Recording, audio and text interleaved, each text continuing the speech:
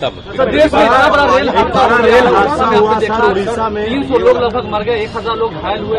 आप लोग कहते हैं रेलवे का, तो जब हम श्रद्धेय अटल बिहारी वाजपेयी जी की सरकार में थे रेल मंत्री, और उस समय भी कहीं कहीं तो हमने तो बार बार हम कहते थे रिजाइन कर हम नहीं करेंगे, तो उन्होंने कहा कि नहीं इस काम को करिए।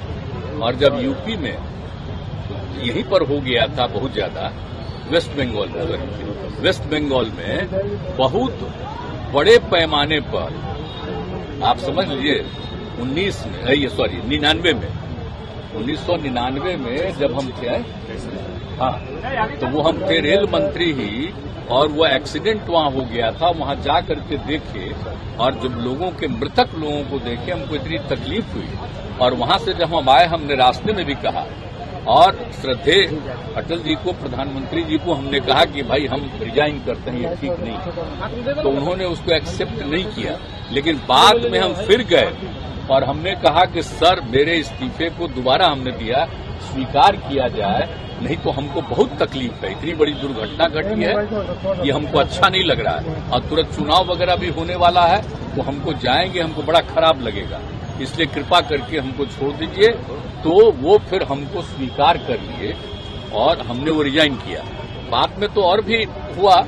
फिर इसके बाद में जब हमको फिर किए, तो हमने उसी समय रेलवे के लिए ये तय किया कि सर अगर हमको दोबारा बना रहे, बाद में हम आए उसके 1.5 महीना के बाद, 1.5 साल के बाद, तो जो तय किया गया कि जो चीज सब रेलवे के बारे में जो हुआ उसको स्वीकार किया गया, और वही काम जो प्रारंभ हुआ उसके चलते रेलवे की स्थिति बेहतर हुई।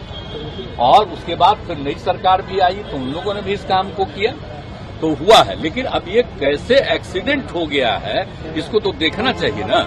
और पहले आप जानते हैं रेल का जो डिपार्टमेंट होता था उसका बजट पेश होता था अलग से, आप जानते हैं ना। और सारे लोग, आपको नहीं मालूम है, पूरे लोकसभा में और राज्यसभा में सबसे ज्यादा लोग उसी के बारे में कहते थे। और जब हमको फिर मंत्री बने, तो हमने सारे लोगों को, जितने एमपी और इसके होते थे लोकसभा राज्यसभा, सबकी बात सुनते थे, और उनके इलाके में 6 महीने में एक काम जरूर करवाते थे।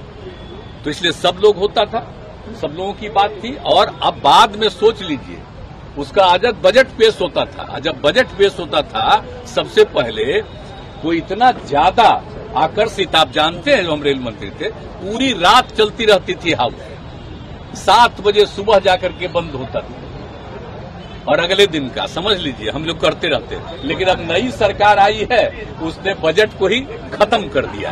तो इन लोगों को कोई सेंस है जी?